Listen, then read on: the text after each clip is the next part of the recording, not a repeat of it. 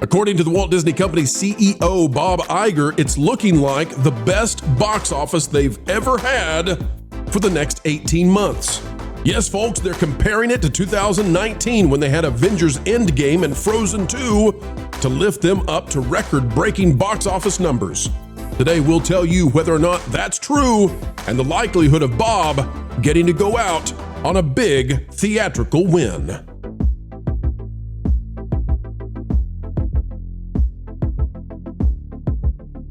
Hello, folks, and welcome back. It is a dandy of a day, and we're happy that you've come our way, as our job is to explain entertainment.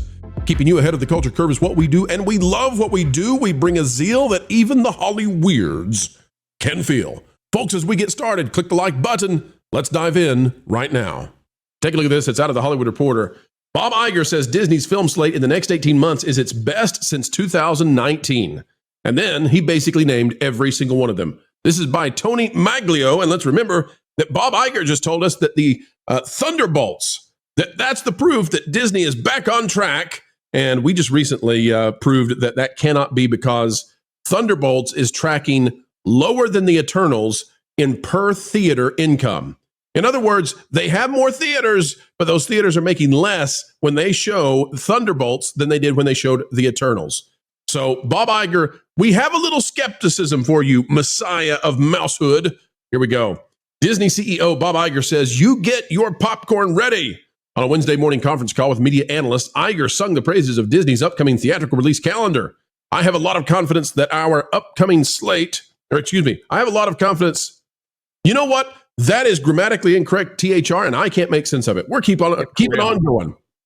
Says Iger said he has personally seen the live-action Lilo Stitch a few times and can endorse it wholeheartedly. Which, by the way, wouldn't that have been fascinating if he ever said in a movie, you know, I've not watched it and I can't endorse it.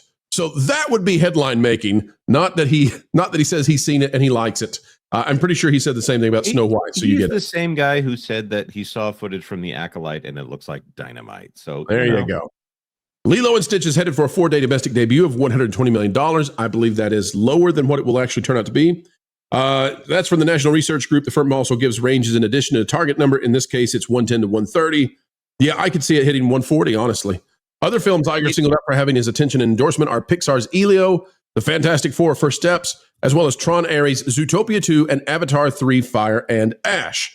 He goes on to talk about in 2026, they're going to have the next Avengers Doomsday, plus Mandalorian and Grogu and Toy Story 5.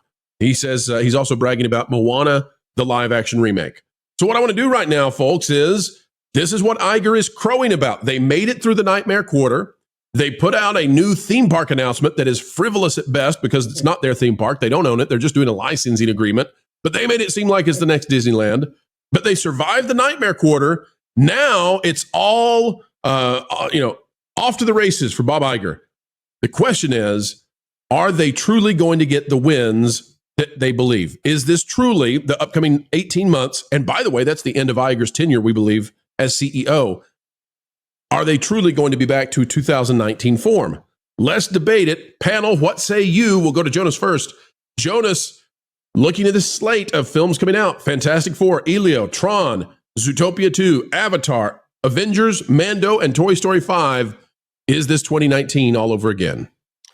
I'm just going to point out that if you go to see a movie and you really love it, and you go to see another movie, and you are just kind of about it, and you don't think it's very good, it's the same ticket price, and it counts the same to the Disney company. So if they can just get you into the theater to watch it, they've won. That's all they need to do. Tron Ares is a yes for me. Zootopia 2, as long as it doesn't look like it's woke garbage, yeah, that's a yes for me. That's about all they've got here. I mean, Fantastic Four: First Steps, I have zero interest in that movie outside of the professional. And I haven't watched an Avatar movie since they started making them back in, 1933 or however long it's taking James Cameron to do these films. I'm looking at most of what they've got here. By the way, that's a lie. It's not directed by Adrian Molina anymore. They replaced him. They kicked him off the project. Poor Adrian. Poor Adrian. Yeah, he's a co-director on the second Coco film, right? I guess they're going to forget about him again, and they're going to have to bring that back. I I think that's the kind of thing Bob Iger would say that whether or not the films were total garbage, and Bob Iger would say that if the films were fantastic. So it's it's marketing at this point. It's trying to make the investors feel good about what's coming next more than it's anything that you could take as an honest statement, because it's definitely not an honest statement. So let's walk through some of the shakier ones. I don't see any reason to believe that either Elio or Tron are going to be super hot properties. I don't see it. Zootopia 2, that one I think as long as it doesn't go woke, it's gonna be a win. But the problem I have, and they don't have, you know what? Actually, Screen Rant, well played. They don't include Avatar, and I can see why. I'm not sure we should count Avatar in the list of movies that Disney's bringing out, because that's James Cameron's baby. Disney is distributing, but Disney doesn't make it, and Disney has a totally different revenue sharing system with that. That means they don't make hardly anything off of it in comparison to if it was their own. Vash, am I wrong about that?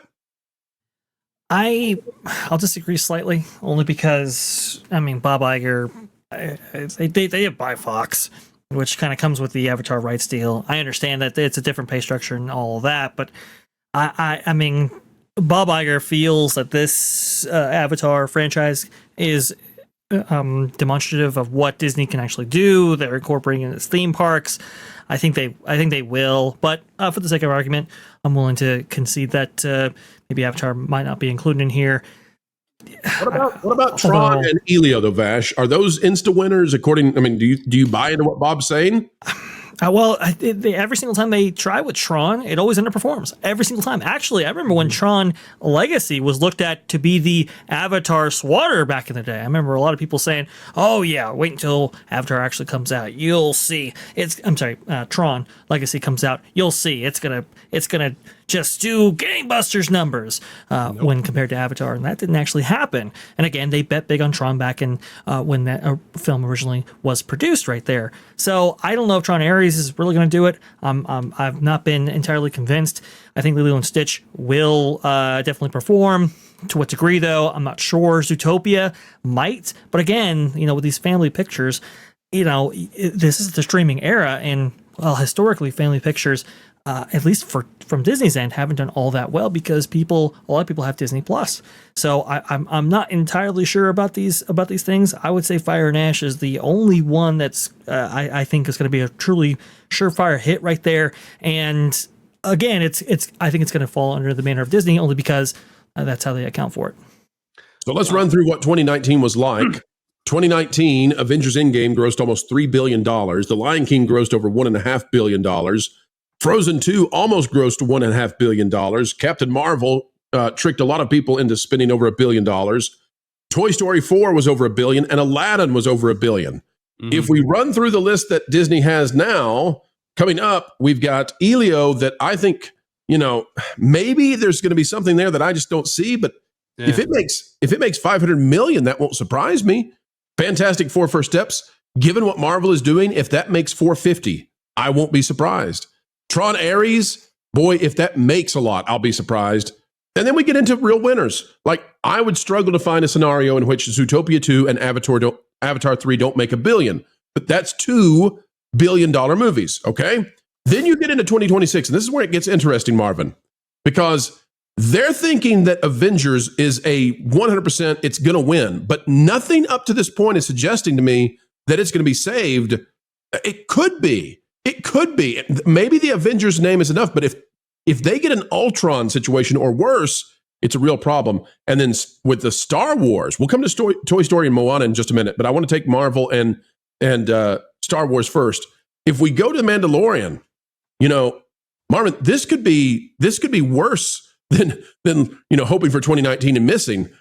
It could be humiliating. I'm very worried that Star Wars could have that moment where people realize it's not viable anymore. What do you think? No, I think for sure. I think the Mandalorian and Grogu name might be enough to carry it, but they really poisoned the well with that Mandalorian season 3.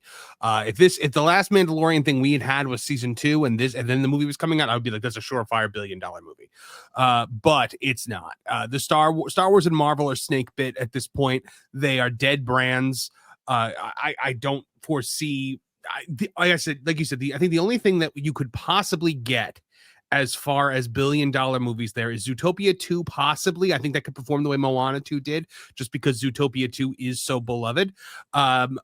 And yeah, loath as I am to say it, if Avatar 3 does not make $1 billion, something is wrong. But like you guys said, a lot of that money goes to James Cameron. So Avatar is kind of more of a prestige brand for Disney. They can be able to point to this and be like, look, our company produced this. It's not money that's going to go back into shareholder pockets. It goes into James Cameron's pocket.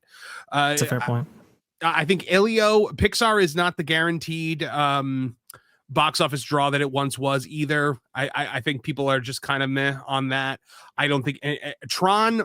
Look, if this Tron movie performs well, it would be the first time a Tron movie has performed well. So I would be beyond shocked. Tron is like, it's this anomaly. It's this IP that everyone claims to love, but nobody actually supports in any way, shape, or form. So I really don't. And Fantastic Four, there's no way that movie succeeds.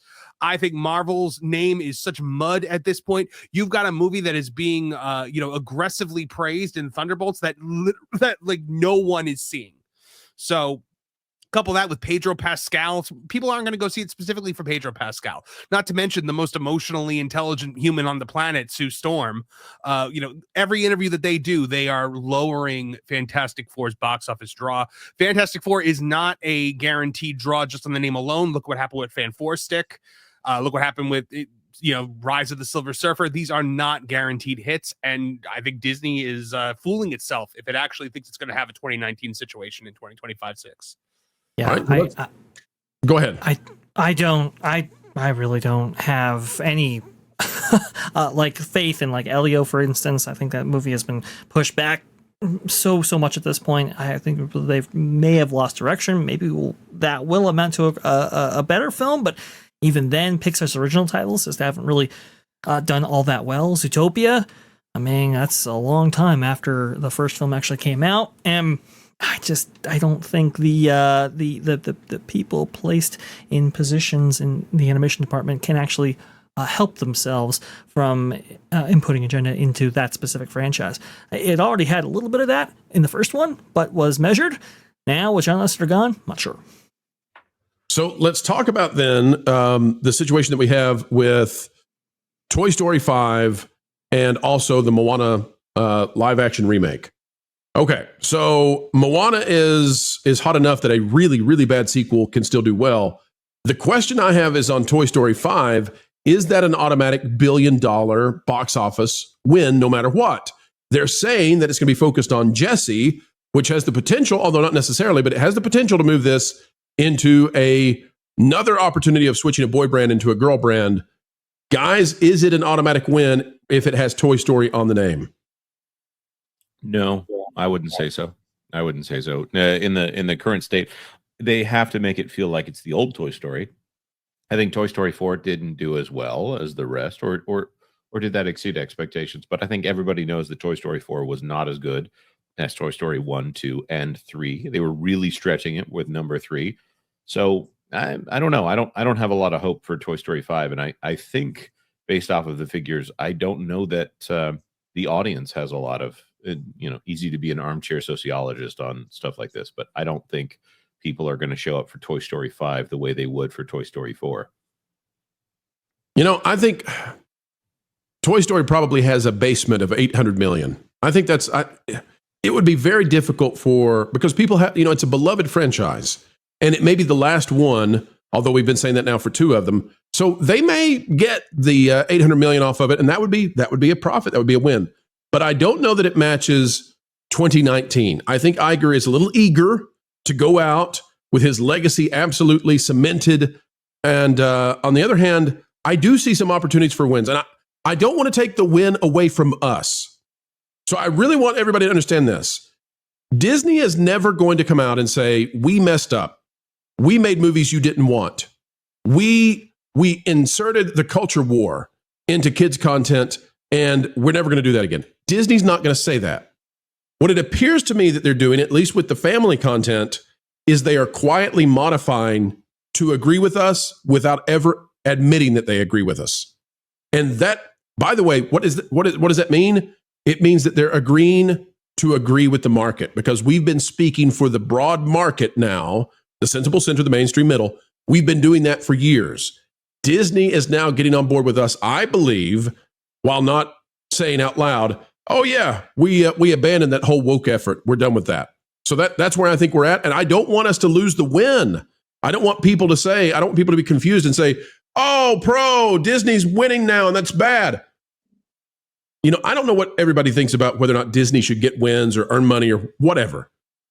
But if Disney is quietly moving away from controversy and they succeed by doing so, that's what we've been telling them would work for a very long time. And I think it's proof of it. I don't know that it's 2019 levels. And I don't know that Marvel and Star Wars have recovered at all from what they did. But on stuff like Lilo and Stitch and Toy Story, I think they do have an opportunity there. But I think they're going to suffer from what they did to the franchises people love, especially those boy brands. Vash, you seem to be nodding in affirmation. I'll give you the final word on the topic, sir. Absolutely. I think a lot of these brands and franchises have suffered tremendously, as you beautifully pointed out right here. When I think about even Tron, for instance, right? Tron, I think, to capitalize off of legacy, that should have been done maybe 10 years ago. Now, without that bunk and everything like that, I'm just not really seeing the appeal, even for that franchise that hasn't been affected, let's say, by Disney's, forcing these brands to embrace more females, like in the case of the MCU, for instance, right, where we have carbon copies of characters, but just of a different gender and so forth. I think Disney has weakened these brands with these decisions, whether it be release windows, production delays, ruining of the franchises via inserting ideology, changing what those brands and franchises used to represent in terms of the marketplace when it came to either they be boy or female-oriented brands. It's just really, really unfortunate. That's why I think this slate will always be weaker than 2019 and maybe shouldn't be compared to it as such. And folks, if you're wondering, is it true? Is Disney quietly moderating? Not that they're changing their minds, not that the wackadoodles who work for Disney are shifting their political views, but if you're wondering, are they willing to strategically stop being so awful, at least publicly? Well, that article from Deadline says it all. We'll get into that soon. But if Disney is happy, they say, to work with President Trump, folks, that is a clear indicator to me that this is a company that realizes they cannot win the way that they were attempting to do so before. And that's a wrap, ladies and gentlemen. We are done for now, but don't worry. Do not fret. Not yet, for more content is still coming your way 4 times a day right here on the Pro Channel. What a joy it has been to share our time with you. We hope you feel the same. Adding value to your every single day is our job here, and we take it very seriously. Folks, the only thing we ask in return is that you consider clicking that like button. Share, subscribe, click it. Stick it to those algorithms. It's the notification bell. And drop a comment right on down below. And folks, if you'd like to subscribe to our partner YouTube channels, That Park Place, That Pod Place, That Game Place, and some of those radio stations like Vacation Radio, well, we certainly would appreciate it. Until the next time we have the honor of spending time and being invited into your day, folks, we go on our way saying this: keep learning, keep growing, and as always, keep having fun. Hey, Floral, guess what? You put a fork in Pro's microwave again. No, that was yesterday. I don't know that what. Oh, I've decided to give up on torturing Jonas. What? Why? In the same way the cat sleeps like 20 hours a day, that was like your purpose. I know, but I've decided there's bigger fish to fry. Okay. Like Lorne. I mean, think about it. Everybody loves him. He's a fan favorite, and frankly, he has almost no weaknesses I can find. Except that he's really smart. So, you want to annoy the one panelist without a single flaw, because he's smart. Yeah, like that winged statue at that fancy Paris museum thingy. I want to break the one thing that everyone loves most. Right. So, kind of like the opposite of Rachel Zegler. Yeah, exactly. And I get to see her all the time at family reunions anyway. You get to see Rachel Zegler? Yeah. She's a total troll. Lives under a bridge, harasses billy goats, the whole 9 yards. It all makes sense now. Speaking of which, maybe she'll get me. Okay, call her on my. I'm gonna call her and see if she'll be in the next Indiana Jones. She should be the next Indiana Jones. That'll totally destroy Lord. He loves Indiana Jones. Oh, that's cruel.